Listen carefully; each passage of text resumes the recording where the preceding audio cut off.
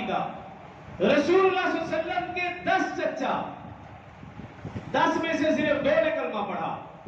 پورا مہینہ فضائل بیان کیے، آج عقائد کے اوپر کی بات ہو جائے. ٹھیک ہے، ٹائم ٹھیک ہے، نظر آ. اگلا عقیدہ 10 چچا صرف 2 نے کلمہ پڑھا، باقی 8 نے کلمہ نہیں پڑھا، ان کے اوپر بحث بھی نہیں بنتی. جن 2 نے کلمہ پڑھا، حضرت حمزہ رضی اللہ عنہ، حضرت عباس رضی اللہ عنہ، 2 نے کلمہ پڑھا.